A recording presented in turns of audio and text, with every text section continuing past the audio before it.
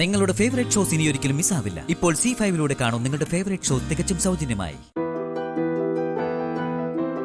കെട്ടിച്ചു വിട്ട ആ പെൺമക്കൾ ഇങ്ങനെ അമ്മമാർക്കൊരു ഭാരമായിട്ട് നടക്കരുത്. ഇതിന് ഭേദം പോയി ചത്തൂടെ?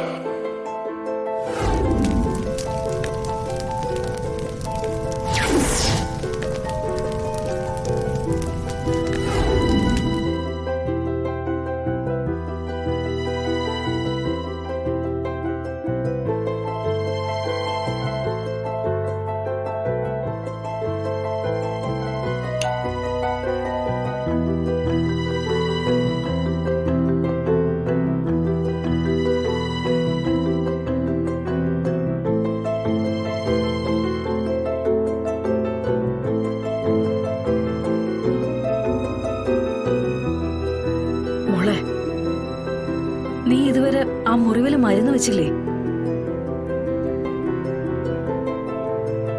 മോളെ, നീ പോയി ആ മരുന്ന് വെട്ടിയെടുത്തോണ്ട് വാ.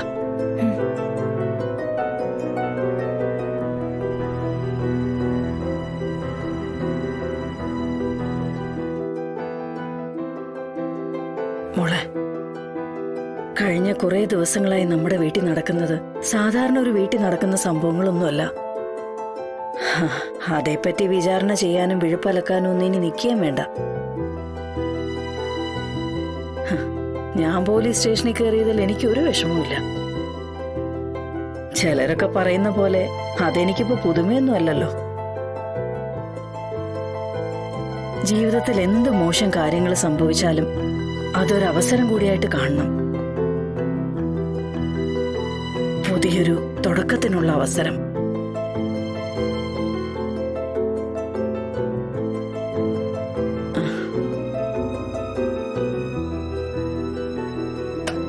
ഇന്ന് 2 മുറിവുകളാ നിന്റെ ജീവിതത്തിൽ ഉണ്ടായത്. അതിലാദ്യത്തേത് കഴുത്തിലെ താലിയറ്റു എന്നുള്ളതാ.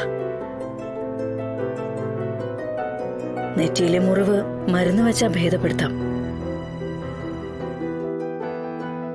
അതുപോലെ താലിയുടെ കാര്യത്തിലും നമുക്കൊരു മരുന്ന് കണ്ടുപിടിക്കണം. നമുക്ക് രാജീവ് സാറിനെ കണ്ടൊന്ന് പോകുന്നുണ്ടോ? ഒരു മരുന്ന്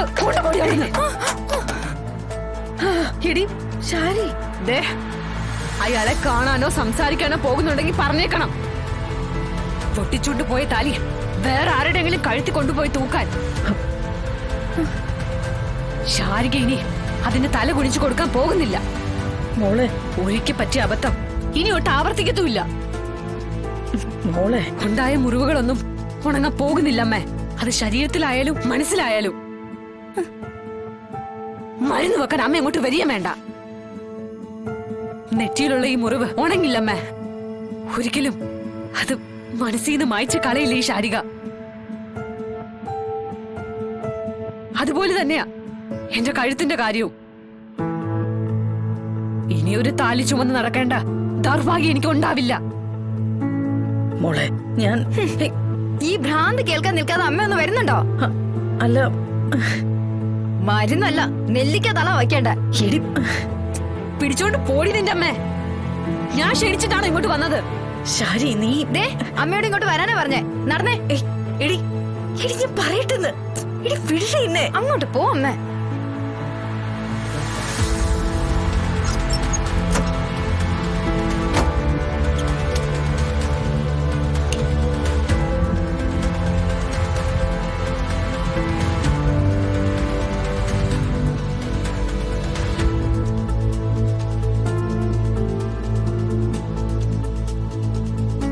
നീ ഇവിടെ പുതിയ കച്ചവടമൊക്കെ തുടങ്ങിയത് കേട്ട്.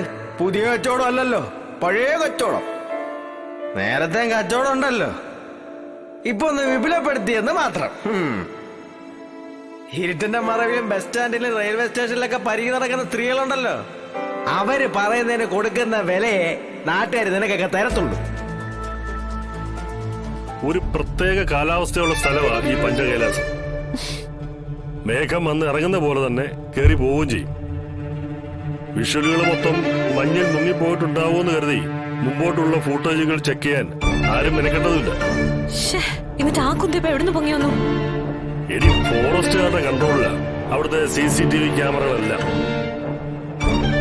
ഈ അന്വേഷണത്തിന്റെ ഭാഗമായി അവയിലെ ഫൂട്ടേജുകൾ ഈ ഫോറസ്റ്റുകാരോട് ആവശ്യപ്പെട്ടത് മുമ്പിരുന്ന പഞ്ചകൈലാസം CI നിഷാദ്. നിഷാദ് പ്രധാനമായും ശ്രദ്ധ കേന്ദ്രീകരിച്ചത് ഈ സൂയിസൈഡ് പോയിന്റിലെ ഫൂട്ടേജിലാ. ആ പക്ഷേ ഈ മഞ്ഞു മൂടിയ ശേഷമുള്ള ഫൂട്ടേജുകൾ അയാൾ അവഗണിച്ചു കളഞ്ഞു. പിന്നെ പിന്നീട് അങ്ങോട്ടൊന്നും ഉണ്ടാകാനുള്ള സാധ്യതയില്ല എന്നുള്ള കാര്യം അയാൾ തന്നെ ഉറപ്പിച്ചു.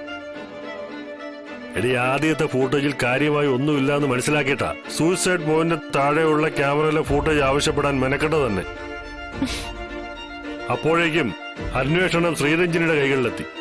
ചിറ്റപ്പ രാമായണം മുഴുവൻ വായിക്കാതെ ഇപ്പൊ ഈ ഫുട്ടേജ് എവിടുന്ന് പൊങ്ങി വന്നു പറ. എടി മുഴുവൻ കേട്ടാലേ നിനക്കത് മനസ്സിലാവൂ. ഈ ശ്രീരഞ്ജൻ തന്നെയാണ് ഈ ഫൂട്ടേജ് ഇപ്പോ തോണ്ടിയെടുത്തോണ്ട് വന്നത്. ശ്രീരഞ്ജനിയോ? അതിനവര് സസ്പെൻഷനിലല്ലേ? എടി സസ്പെൻഷനിലാണെങ്കിലും ഈ പോലീസിലും എക്സൈസിലും ഒക്കെ ഈ ജോലി ചെയ്യുന്നവർ തമ്മിൽ വല്ലാത്തൊരു കോണ്ടാക്ട് ഉണ്ട്. അങ്ങോട്ടും ഇങ്ങോട്ടും ഒക്കെ എന്തെങ്കിലുമൊക്കെ സഹായങ്ങൾ ചെയ്തു കൊടുക്കണമെങ്കിൽ അവർ ചെയ്തു കൊടുക്കുകയും ചെയ്യും. സസ്പെൻഷനിലായതോടെ ശ്രീരഞ്ജനിക്ക് വാശി കയറി. അവർ ഈ കേസ് തെളിയിച്ചേ അടങ്ങൂന്ന് പറഞ്ഞ് തുനിഞ്ഞിറങ്ങിയിരിക്കുക. അവരുടെ പ്രശ്നമില്ല. പഞ്ചകൈലാസത്തിലെ മറ്റേ CI ഉണ്ടല്ലോ നിഷാദ്, വീണ്ടും ഈ CCTV ഫുട്ടേജ് ഫോറസ്റ്റുകാരോട് ആവശ്യപ്പെട്ടത്. എടി അങ്ങനെ ആ ദിവസത്തെ ഫുൾ ഫുട്ടേജ് അതനുസരിച്ച് ഫോറസ്റ്റുകാർ പോലീസിന് കൈമാറി. എന്നുവെച്ചാ ഫുട്ടേജ് ശ്രീരഞ്ജനയുടെ കയ്യിലെത്തിന്നോ? ഞാൻ ഇവിടെ അങ്ങ് തൂങ്ങിയേക്കട്ടെ ചിറ്റപ്പ, അതാ ഇതിലും ഭേദം. എടി പറയുന്ന മുഴുവനൊന്ന് കേക്ക് നീ. അതിപ്പോ ശ്രീരഞ്ജനയുടെ കയ്യിലെങ്ങും പോയി എത്തിയിട്ടില്ല. എടി കഥയിലെ ട്വിസ്റ്റ് അതൊന്നുമല്ല. ഈ ഫൂട്ടേജ് ചെക്ക് ചെയ്യാൻ CI നിഷാദ് ഫോറസ്റ്റുകാരുടെ അടുത്തേക്ക് അയച്ചത് ആരാണെന്നറിയോ? നമ്മുടെ കോൺസ്റ്റബിൾ വിജയനെയാ.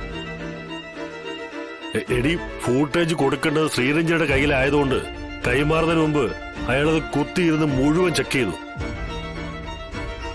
അപ്പോഴാണ് ഈ വിഷ്വൽസ് കാണുന്നത്. എന്ന് പറഞ്ഞ കോൺസ്റ്റബിൾ വിജയൻ അല്ലാതെ വേറെ ആരും ഈ വിഷ്വൽസ് കണ്ടിട്ടില്ല എന്നാണോ? കണ്ടിട്ടില്ല എന്ന് മാത്രമല്ല, ഫോറസ്റ്റുകാരുടെ CCTV സിസ്റ്റത്തിൽ നിന്ന് തന്നെ വിജയൻ അത് മുഴുവൻ ഡിലീറ്റ് ചെയ്യുകയും ചെയ്തു. ആശ്വാസം. പിന്നെ ചിറ്റപ്പൻ എന്തിനാ എന്നെ വെറുതെ പേടിപ്പിച്ചത്? എടി പറഞ്ഞു തീർന്നില്ല. വിജയന്റെ കയ്യിലെ പെൻഡ്രൈവിലോട്ട് അയാളത് കോപ്പി ചെയ്തിട്ടുണ്ട്. അതെന്തിനാ കോപ്പി ചെയ്യാൻ പോയത്? ഞാനല്ല കോപ്പി ചെയ്തത്, ആ വിജയനാണ്. എന്നാ അയാളുടെ കയ്യിൽ നിന്ന് വാങ്ങിച്ച് നശിപ്പിച്ചാളാ? എടി നമ്മൾ തന്നെ നശിപ്പിച്ച് കളയാനാ വിജയൻ പറയുന്നത്. പെൻഡ്രൈവ് വേണമെങ്കിൽ നമുക്ക് തരാന്ന്. എന്നാ പിന്നെ ഇത് വാങ്ങിക്കേ ചിറ്റപ്പാ.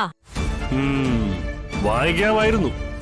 പക്ഷേ ആ പെൻഡ്രൈവിനെ വിജയൻ പറയുന്ന വില 25 ലക്ഷം രൂപയാ.